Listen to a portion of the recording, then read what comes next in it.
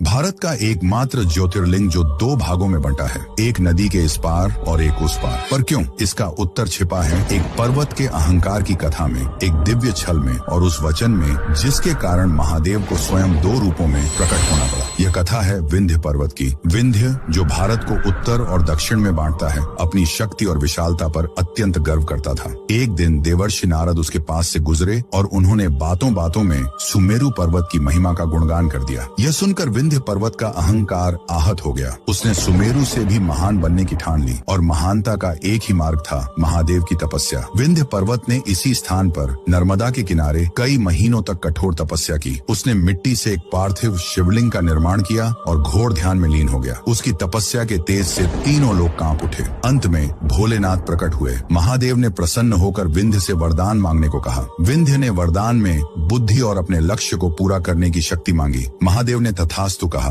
पर तभी वहां अन्य देवता और आर्षिगण प्रकट हो गए। उन्होंने महादेव से प्रार्थना की, हे प्रभु, यदि विंध्य और ऊंचा हो गया तो यह सूर्य और चंद्रमा का मार्ग रोक देगा, जिससे सृष्टि का संतुलन बिगड़ जाएगा। कृपा करके आप यही निवास करें। उनकी प्रार्थना सुनकर महादेव ने एक लीला रची। वे उस स्थान पर ज्योति रूप में स्थित होने के लिए मान गए। पर उसी क्षण जिस एक शिवलिंग की विंध्य पूजा कर रहा था, वह दो भागों में विभक्त हो गया। एक भाग जो मूल पार्थिव शिवलिंग था, वह मामलेश्वर कहलाया, और दूसरा जिसमें से स्वयं महादेव प्रणव या ओंकार के रूप में प्रकट हुए, वह ओंकारेश्वर कहलाया। आज भी नर्मदा नदी के दक्षिणी तट पर मामलेश्वर हैं।